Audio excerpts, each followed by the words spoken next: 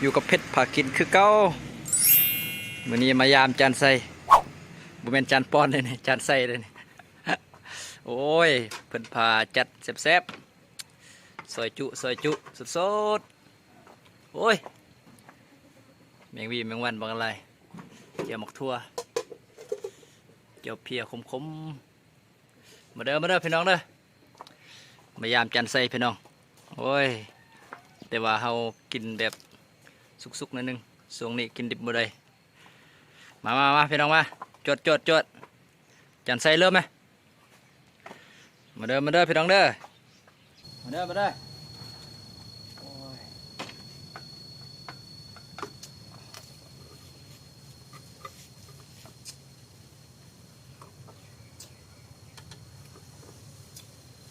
ช่วงนี้งดกินอันดิบแบบจุ่มเอาเจียวหมกทั่ว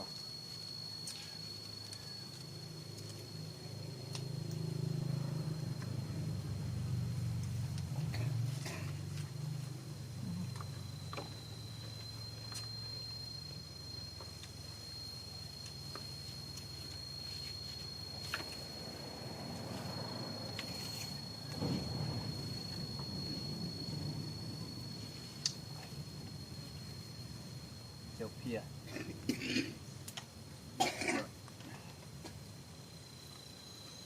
เป็นเองนี่นึ่งจากหมักนึ่งจาก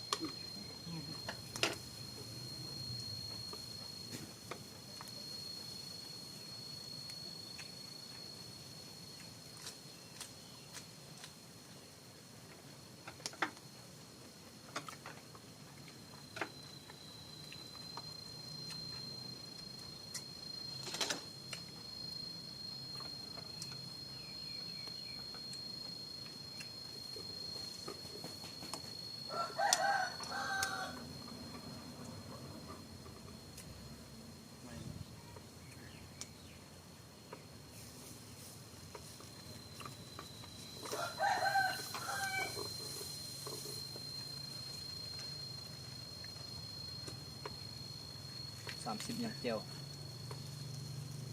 มาเด้อพี่น้อง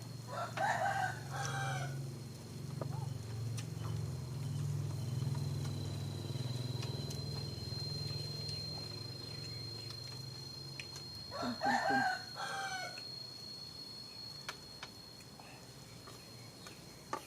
ทางสุกเลย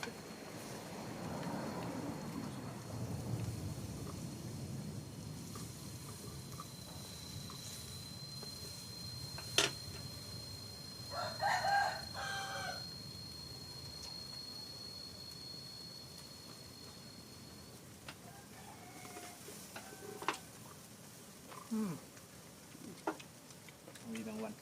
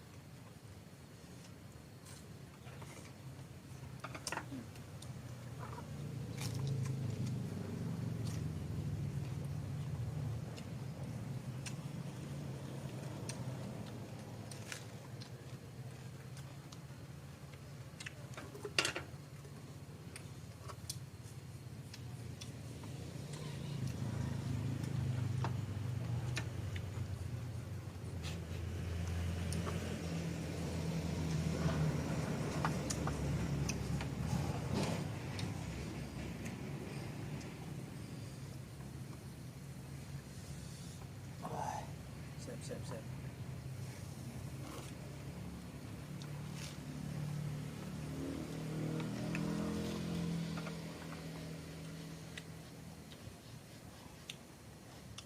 จุ่มอย่างเดียว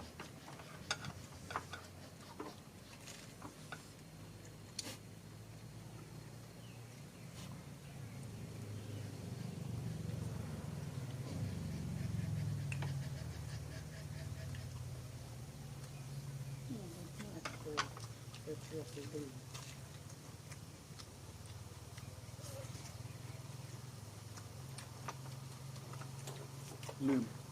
เนี่ย เราข้าว อืม เดี๋ยวแดกเอง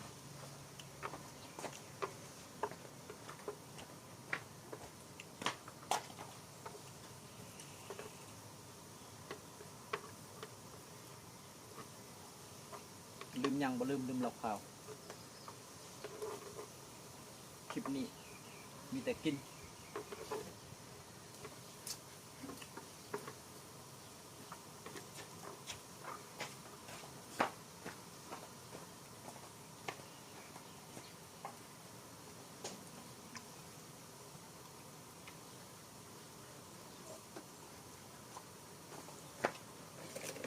แก่ข้าว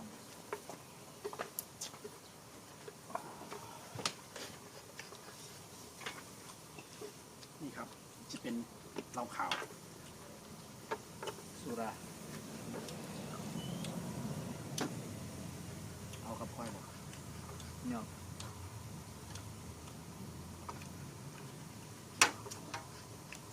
ตักใส่โอ้ ยอด โอ้ยแขกบ่ได้เซิร์น เด้อมาเด้อพี่น้องอยู่กับจานเผ็ดเนาะ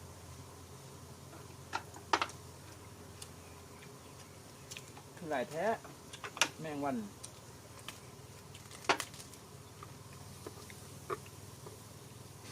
ว่านี่ถือหวยครับ ห้วยแดกนะแม่ห้วยแดก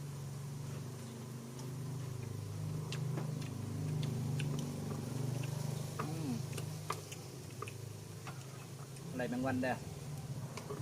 กินแดก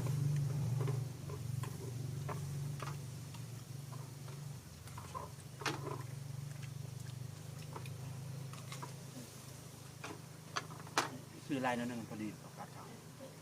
โบยังมีเลย อ่ะ เอาไม่ได้หรอก อืม เนาะ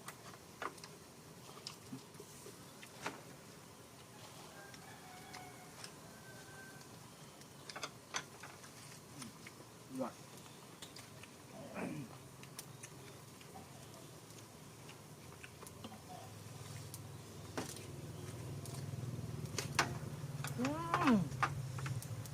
แซ่บแซ่บแซ่บพี่น้องทางเมียมาบอกเอินเลย คนกระแซบแมงวันกระแซบไอ้ยาทรงนี้งดกินดิบบ่ได้ผักก่อน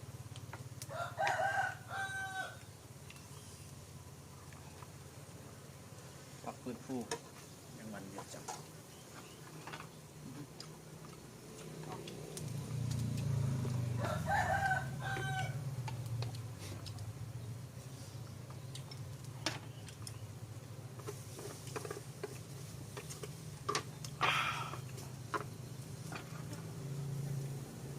ตับไตเสียบกว่า หวานเนี่ยกับหวาน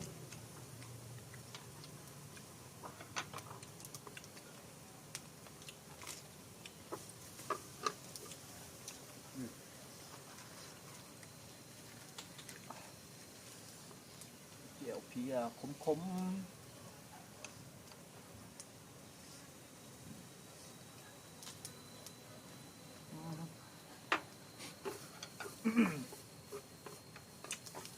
บุกินแท้ว่าเซนดิบ ผักฟื้นฟูห่างไกลก่อน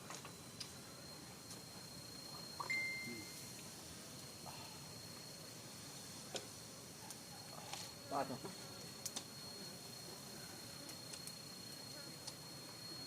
ผักกับโบมีหยังมากมาย อปักคือ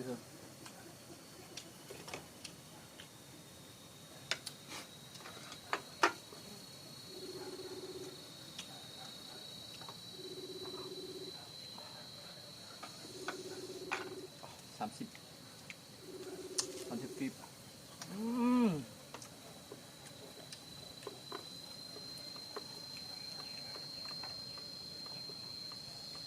คนก็แซ่บแมงวันก็แซ่บ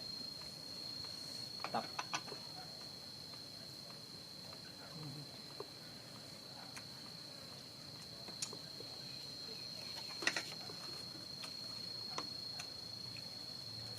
มันเด้อแพงซีนเลยแพงคน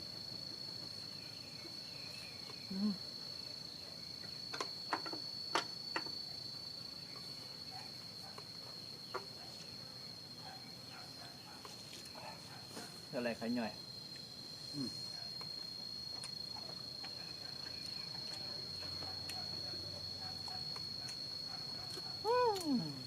ลายแท้ทั้งวันเลย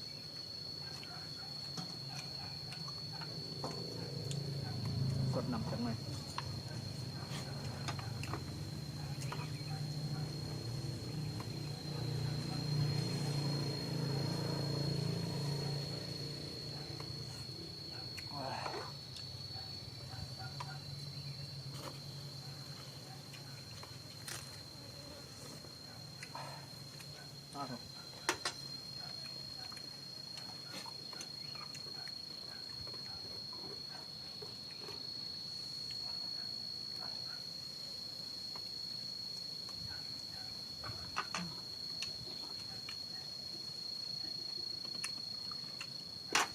กิบจุ่มเจียวเพีย ทุกยอดเลยนะ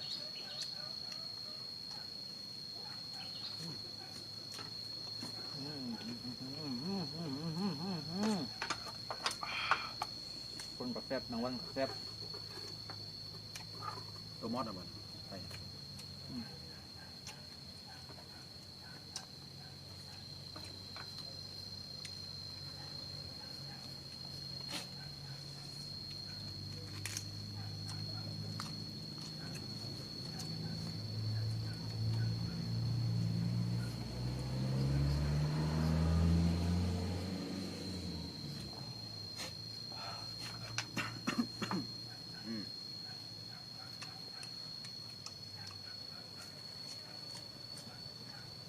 มาแล้วพี่น้อง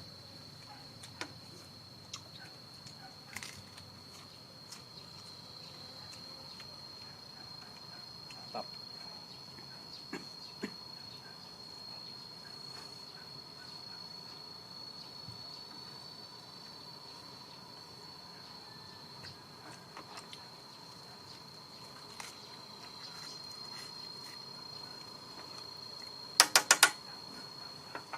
แมงฮา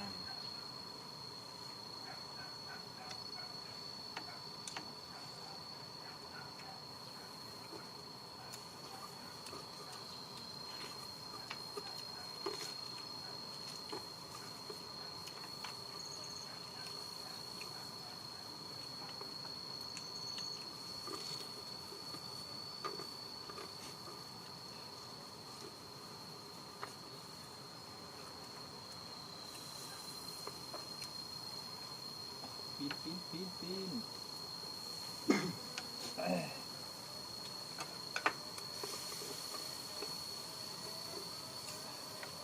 ทุกยอดเลย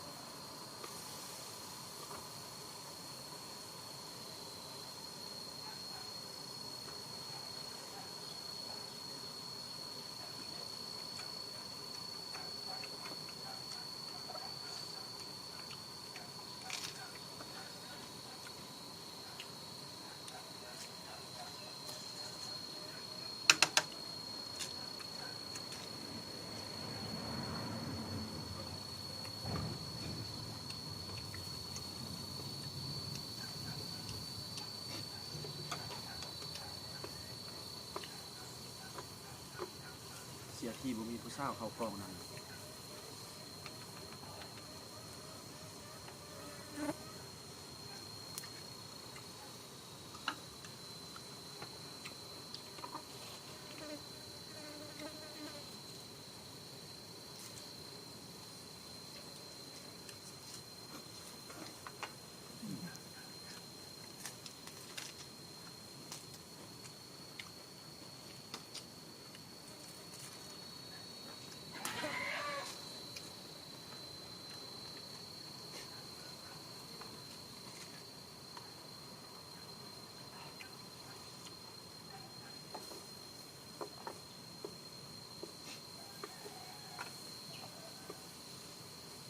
เอาบ่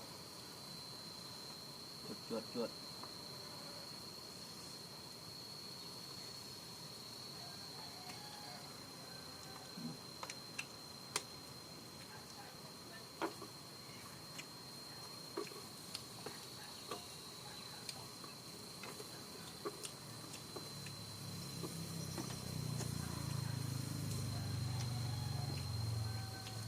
ไปยัง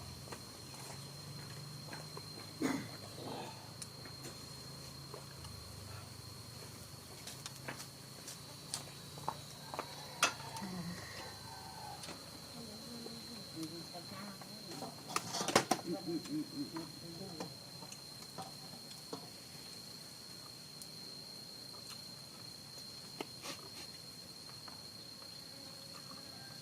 อ้ปัดแท้หลอกข่าวนะ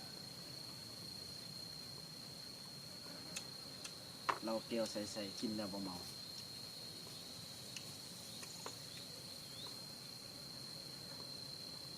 บ่เมาแต่ห้องอาบเลย เราแก้วใส่กินแล้วบ่ตัวไผ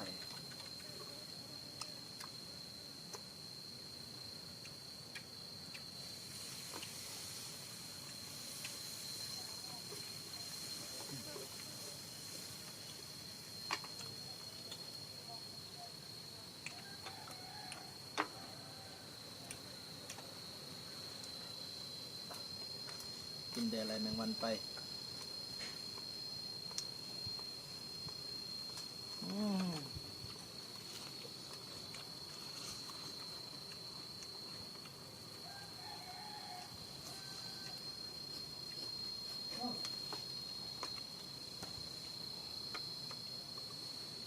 สุดยอดเลยครับ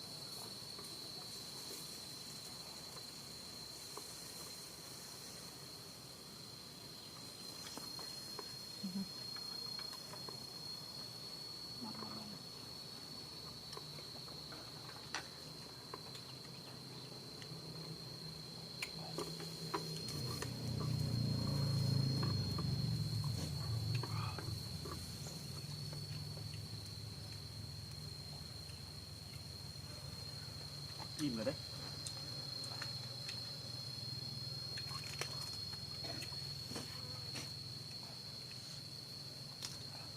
คืออะไรขย่อย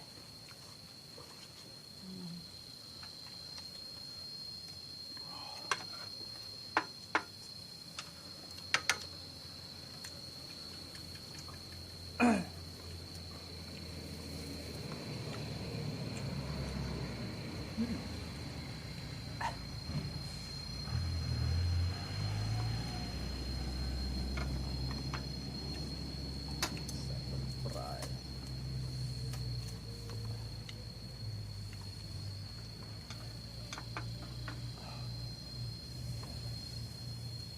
คืออะไรขย่อย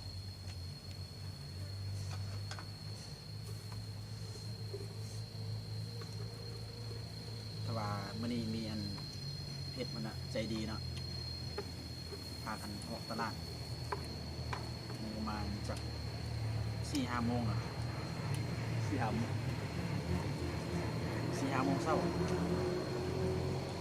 เพื่อมาซื้อของกินเฮ็ดไว้ท่านี่ก็เลย ำแกลดเนาะ จับบุ้ย ต้องบดแกลดเนาะ เจ็ดนี่นึง ทั้งเผ็ดทั้งนัวทั้งแซ่บโอ้สุดยอดเลยครับพี่น้อง กินนี่เบาหน่อยแต่ว่ากินหลาย คลิปต่อไปอ่านเบาลายกว่านี้วันนี้ แต่ว่ากินหน่อย แต่กินหน่อย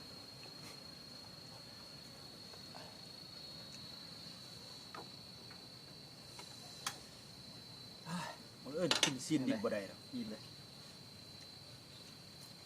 แต่ก็อยากกิน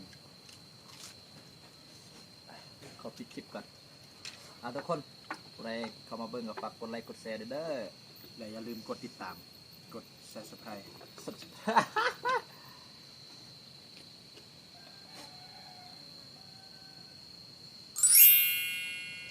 โอเค เจอกันคลิปหน้า